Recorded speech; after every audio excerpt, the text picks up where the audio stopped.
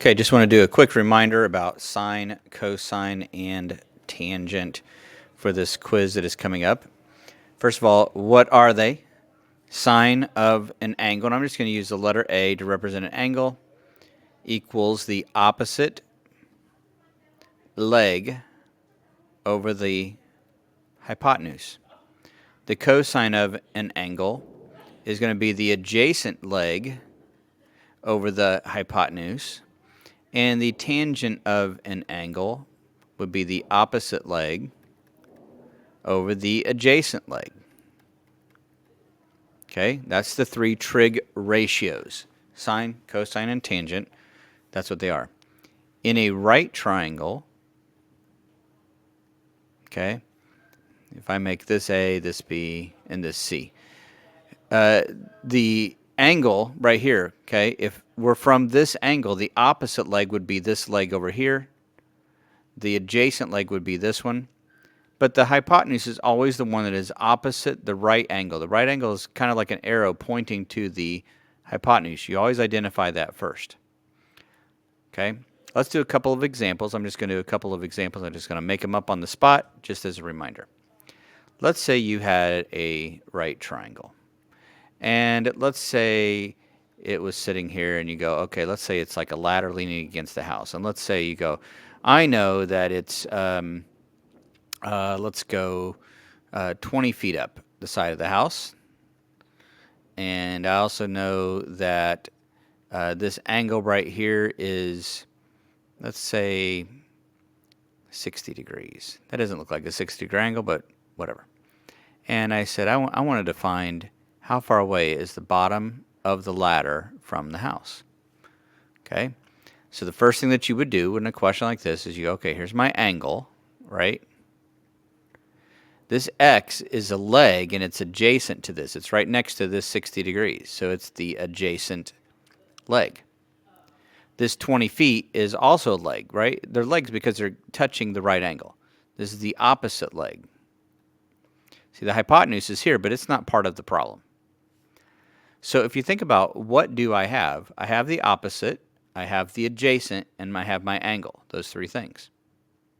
Well, the only one that uses the opposite, the adjacent, and an angle, opposite and hypotenuse, no. Adjacent and hypotenuse, no. Opposite and adjacent. The only one that does that is tangent. So you're going to say, okay, tangent of that angle equals the opposite, in this case 20, over the adjacent, I don't know. Now, that's the main part of solving one of these equations. What I do next in this problem is simply saying, okay, how do I solve an equation? I mean, now we're just talking algebra, right? And in class, I taught you a nice little shortcut. The shortcut was this. And there's a special name for this, but don't worry about it. If you have a denominator on one side of an equation, see equal sign, right? It can trade places with the numerator, and since there's nothing underneath this, this is the numerator, right? This would be like over 1. It can trade places with this. This denominator can trade places with this numerator, meaning that you end up with an equation that looks like this. Okay, the 20 has not changed places. The x is now over here, and the tangent of 60 has now moved down to here. So now what you end up typing into your calculator now is this. You're going to do 20. This is a divided by tangent 60. So you're going to say 20 divided by the tangent of 60. And you're going to hit your equals, and it gives me 11.547. So you would round it off to the nearest tenth, 11.5. And so that's what this represents, 11.5 feet. Okay?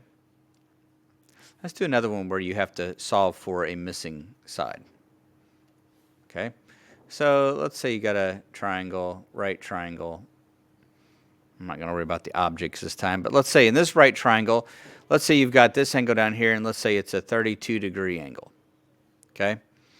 And you're going to say, let's say you're trying to find this, and it gives you this is 64 inches right here. Okay? And it says find this missing side. Now, okay, so we're going to do the same thing we did last time. Here I have my angle. From this angle, now here's my right angle. So from this angle, right?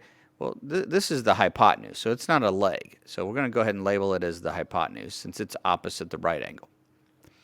This x and this side over here that don't have anything, these are the two legs. Well, this leg is opposite from the angle that I'm given, right? Not from the right angle, but from the angle that I'm given. The only angle that I know is right there, and it's opposite to that, okay? So since it's on the opposite side of that, it's the opposite leg. This is the hypotenuse. If you go, well, which one uses opposite and hypotenuse? Just those two, nothing else. Well, if you go back, oops, opposite, there we go, opposite and hypotenuse is the sine. Notice cosine is opposite and hypotenuse. Tangent is an opposite and hypotenuse. It's opposite and adjacent. So the only one that uses opposite and hypotenuse is sine. That's how we know sine, right? The angle always goes here, right? In this case, I know the angle, so what do I put? Right? I can put that angle, 32 degrees, equals the opposite over the hypotenuse. All right, so now we're done with the trig part. Now we're moving into algebra. How do we solve this using algebra? Well, we're trying to get this x by itself, so I'm going to multiply both sides times 64. The reason why I do this is because over here, these 64s would cancel, leaving me with, on the right-hand side, the only thing that's left is x. That's the whole idea of algebra, getting that variable by itself, that unknown by itself. On this side, we have 64 times the sine of 32. That's what you're going to type into your calculator, 64 times sine 32. 64 times sine 32.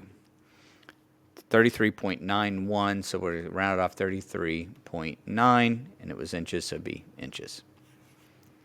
Okay? So let's do one more example. Okay, one more example. Let's see, we did one. Okay, yeah, just making sure what I've done so far.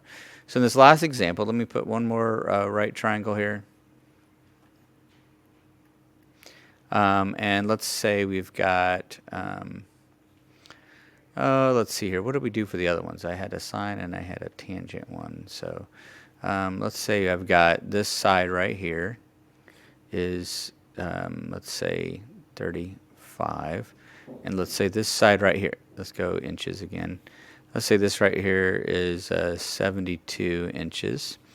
Okay, and let's say it says, I want to know what's the angle measurement right there. Okay. So here's the thing. Again, we're going to do the exact same thing. We start off, well, there's my angle, right? Right there. I have an angle that I'm trying to find this time, not a known, but it's still the angle in my problem. From this angle, this is a leg, because it's touching a right angle. It's a leg, and it's right next to this angle that I have. So it's the adjacent leg. There's the opposite leg over here, but I don't have it, right? The hypotenuse is opposite the right angle, so this is a hypotenuse. So in this one, we've got hypotenuse and we've got adjacent. We get the only one that uses the adjacent and the hypotenuse is cosine. So that's what I'd write, cosine. Okay. Now this time the angle is unknown, but that doesn't mean we're going to put it somewhere else. We still put the angle right here. Just because it's unknown doesn't mean we put it somewhere else. We still put it right there. Angle always goes next to the name of the trig function. Okay. Then we've got the adjacent over the hypotenuse, 35 over 72. Okay. Now, here's the thing. To solve an equation like this, and I want to move my equal sign over just a little bit. Just a little bit. To solve an equation like this, I'm trying to get the x by itself. We always do the opposite of whatever is happening to the x. In this case, the opposite of a cosine is called an inverse cosine. Okay? Inverse cosine. And each of the trig functions have their inverse. There's an inverse sine, inverse cosine, and an inverse tangent. On your calculator, you can see the inverses, right? If you're looking at your calculator, and say you look at that cosine key, if you look right above the cosine key, you'll see its inverse. It's written like that, okay? So what I need to do to solve for this x is do the inverse cosine of both sides. So I'm going to do the inverse cosine of this side, and I'm going to do the inverse cosine of this side. Okay, that's how we get rid of this cosine. What this does is this. The inverse cosine of the cosine, these cancel each other out, just like every other thing we do in algebra. If you do the opposite, it has the effect of getting rid of that. So the only thing left on this side of the equal sign is just my x, because I did the inverse cosine of the cosine of x, leaves me with just x. On this side, I have the inverse cosine. I haven't typed it into my calculator yet. 35 divided by 72. Here's the great thing. Your calculator can handle this for you. You're going to hit the second key and the cosine key. And so on your calculator screen, it's going to look like this. Cosine -1, it puts a parenthesis automatically. 35, this is a division, 72. 35 divided by 72, and then hit equals. So let me do that on my calculator. Inverse cosine, second, and then that cosine. And 35 divided by 72 equals, and I get 60.914, so it'd be 60.9. So the angle right here is 60.9 degrees. Okay? Now, this is a nice little summary of what we did. Let's go through some steps here. Every time you do a problem, the first step, step number 1, is identify what is given, right? So we're going to identify angles, okay? The identify means the angle. It might be a number, might be an x. Then we're going to identify, right, angle, and then we're going to identify opposite leg, adjacent leg, or hypotenuse, okay? Now, you won't be given all of these. You'll just be given an angle and 2 of these. From what you identify, the second thing that you do is you're going to pick your trig function, okay? Picking trig means you're going to pick sine, which is the opposite over the hypotenuse, cosine, which is the adjacent over the hypotenuse, or tangent, which is the opposite over the adjacent. Okay? The third thing that we did every single time, once we picked our trig, is we plug everything in. That means we take what we identified and we put it into the one of these that we picked, right? Pick one of those. We take all this information that we have, put it in the one that we've got, plug it in, which leaves you with the fourth step, which is where you solve it or work it out.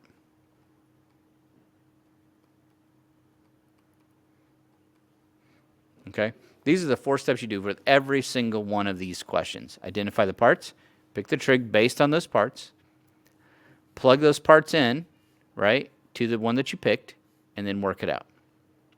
When you work it out, sometimes the variable is the angle. If it's the angle, it's going to be like this. You're going to end up doing the inverse sine, cosine, or tangent. In this case, it was the cosine. Do the inverse of whatever you had over here. If it's in the numerator, if the unknown is in the numerator, so you have an angle and you have something that's down here. If it's the numerator, you're going to end up multiplying both sides by that denominator. It ends up being looking like this to get your answer. So the unknown might be the angle. That's what we did here. It might be in the numerator, like this, or it could be in the denominator, like this. With the denominator, there's this little shortcut. Take that variable, put it over here. Whatever you got over there, it'd be sine, cosine, or tangent of an angle. Put it down there so that this is by itself. So those are all of your options for this. I hope that this is helpful and that you do good on this quiz.